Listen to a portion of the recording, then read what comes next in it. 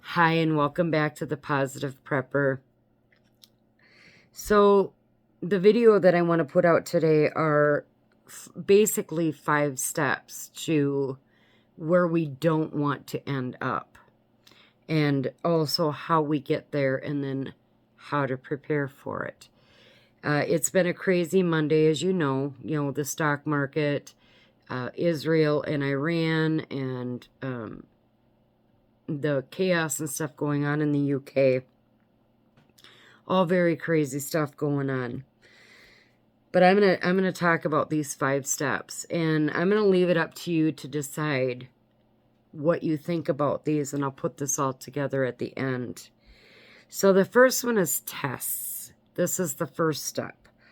So, our infrastructure is constantly being attacked, whether it's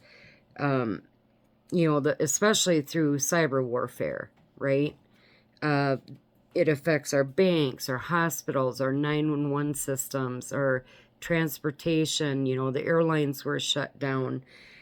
We coincidentally had, I think it was like 4 ships that ran into bridges in a very short period of time. Train derailments, affecting our supply chain. These are the tests that we've been put through so far. Obviously, I believe there are more to come, to kind of see what creates the most impact across the country and not just in specific areas. So that's the first one. The second step then is destabilization. So obviously allowing these illegal immigrants into our country, and not just ours, but countries around the world, which is why UK is in chaos right now. But it's also happening in Ireland and other countries. So that's the destabilization, allowing all these illegal immigrants in, but also keeping people focused on these race wars, class wars, global wars. There's always an imminent threat of war, right? And people, well, like over in the UK, they're finally standing up to this, saying we've had enough. It was an illegal immigrant that stabbed those children, and the citizens were like, well, nobody's doing anything about it, I guess we should. And that could become a global thing that happens, where the country's citizens have had enough, and they're going to go after these illegal immigrants, especially because of the crime that has been really highlighted in the media. And so that would be the second thing, is that destabilization. So get people fighting against each other, right? So that you're not paying attention to what's going on outside of that. The third thing is a coup. So, obviously Biden dropped out. He decided to put Kamala in. She got in with no votes. Nobody, that on the Democratic side, they were not able to vote her in as the candidate. And now, because of the Supreme Court's decision, they are going to sentence Trump on his, I think it's 34 counts of his guilty verdict, right? And they're going to try to do that in September. So if we get him in jail, right? And then I believe there are 2 states right now that are allowing illegal aliens to vote. I think I read an article, I think there was 500,000 illegal aliens on voter registries. That's a big difference on what the citizens want, the actual citizens, American citizens want, and allowing these illegal aliens, well, they've been told who to vote for. So this is not going to be a free and fair election, in my opinion. It's a coup. We're gonna remove Trump, even though he can still be on the ticket, even if he's in jail. It's gonna be weird. but just kind of putting Kamala in there without that part of the country being able to vote. Essentially, what they're doing is they're taking our votes away on both sides. So no matter what side of the aisle you are on, you should be really upset about this. And then allowing the illegals to vote, which is in our Constitution that they can't, but they're allowing them to. This is a coup. This is what they want. Number 4 is the chaos. So we have, all of these areas right now. We're sending the F-16s over to Ukraine, and Russia's like, well, that's fine because they're just going to blow them up, so that doesn't matter. And you have Iran and Lebanon and Syria going after Israel. And then you have the global market failure that happened, right? All the stocks were just plummeting. But isn't it interesting? Coincidence? I think not.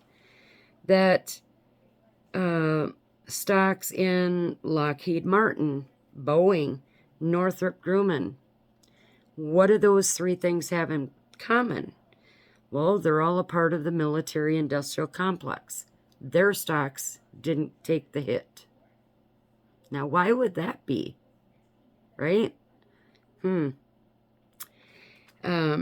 it isn't just the American market. The Japanese market fell, Russian market fell, all of these other countries' markets fell.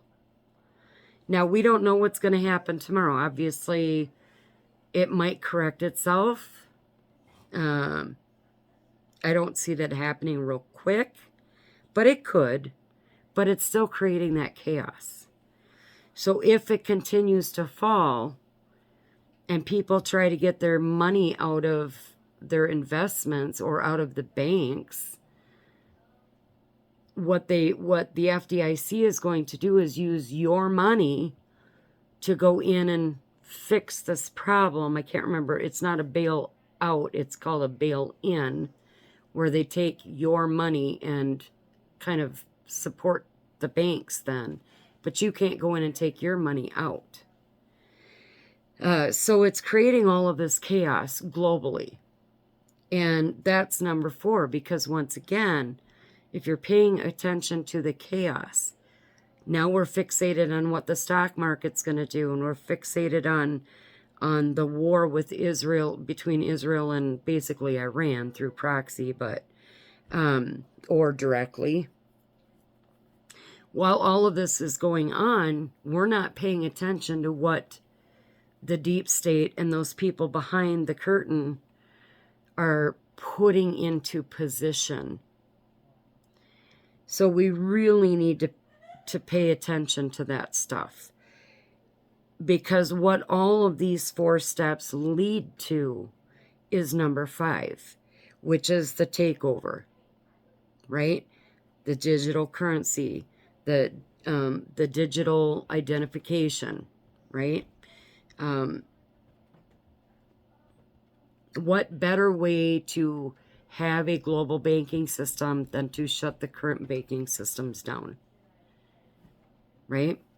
I know that they were talking about, there's a few people out there talking about having NATO with armed people going around and making people at gunpoint take the life jacket, if you know what I mean.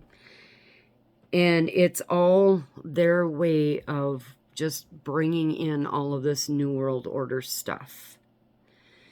Now, my husband said earlier today that, we have to come up with new conspiracy theories because we've been proven right on all the other ones. Well, this very well could be another conspiracy theory. But look at where everything is bringing us. Look at it from the biblical standpoint, which the Bible talks about the one world order, basically, under the direction of the Antichrist.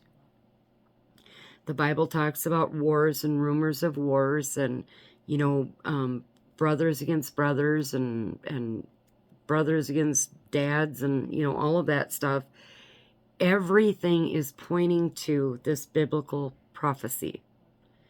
Now, whether that happens this week, next year, I don't know.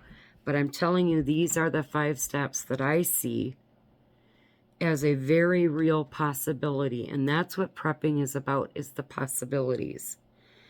So if we, in fact, end up, and we'll know tomorrow, tomorrow will give us a big indicator on what the stocks are going to do. If they continue to fall, and they continue to fall bigly, that's a pretty good indicator that we are actually going to be in a complete global market failure.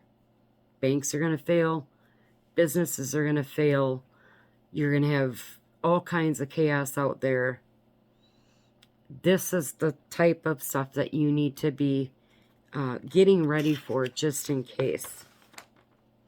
So what you do as far as prepping should be decided on these 3 questions. Number 1, what is the likelihood of a major event happening? Whether it's World War III, complete collapse of our economy, massive civil war because people are fed up.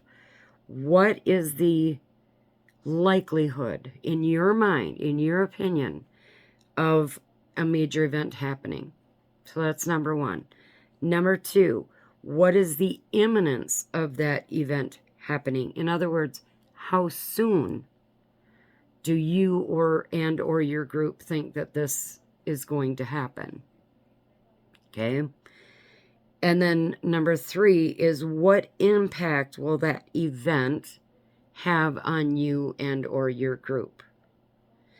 So you have to base your prepping decisions on those 3 questions: likelihood, imminence, and impact. Okay? So take some time. I would take some time with your group as soon as possible, honestly. Like as soon as you can. Have that discussion on what you guys think based on what everything's doing. Now, you might sit back and go, well, let's wait and see tomorrow what happens. And if the stock market, kind of picks up a little bit and it doesn't look so dark and gloomy, that's fine. But that in and of itself isn't going to fix the upcoming war in the Middle East. That in and of itself isn't going to fix the coup. That in and of itself isn't going to stop the war machine. So you need to look at a multifaceted probability and make your choices based on those. So what I would be doing right now is, like I said, get your MAG group together. If you can't get together in person, do a Zoom meeting, which is probably what we're going to end up doing. And I would do that with some immediacy. Like, I wouldn't sit back for 2 weeks and go, well, let's see how this goes. I would do that, like, tomorrow, if you can. I would also be filling up your gas tanks, fill your propane tanks, make sure that your vehicles are full. All of those standard, immediate prepping things. Okay? And then, obviously, if you can, get cash out of the bank. You don't have to take your entire life savings out. Although it's not a bad idea, but you need to have some money out.